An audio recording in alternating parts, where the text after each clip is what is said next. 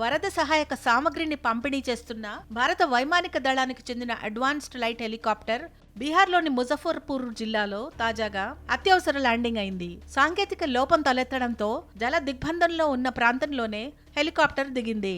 దీంతో ఒకంత ఆందోళనకర పరిస్థితి నెలకొంది. అయితే అందులో ఉన్న 2 పైలట్లు సహా 3 సురక్షితంగా బయటపడటంతో అంతా ఊపిరి పీల్చుకున్నారు.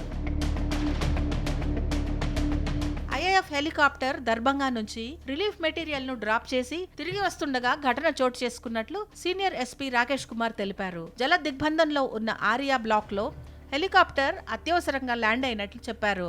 అధికారులు అక్కడికి చేరుకోవడానికి ముందే స్థానికులు ఐఏఎఫ్ సిబ్బందిని బయటకు తీసుకొచ్చినట్లు తెలిపారు. హెలికాప్టర్ లోని 3 సురక్షితంగా బయటపడ్డారని, ముందు జాగ్రత్తగా స్థానిక ఆసుపత్రికి చికిత్స కోసం తరలించినట్లు జిల్లా మెజిస్ట్రేట్ సుబ్రత్ కుమార్ సేన్ తెలిపారు.